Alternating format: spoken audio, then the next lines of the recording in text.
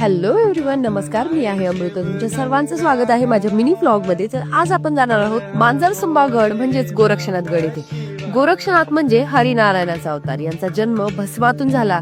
भस्म स्वरूपाला शिव स्वरूप असे मानले जाते, म्हणून गोरक्षनाथांना शिवाचा अवतार असे मानले जाते.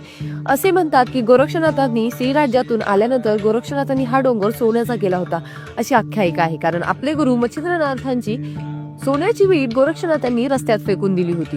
पण आपल्या गुरूंचा आक्रोश पाहून नंतर सिद्धयोग मंत्राचा जप करून त्यांनी हा संपूर्ण डोंगर सोन्याचा केला होता.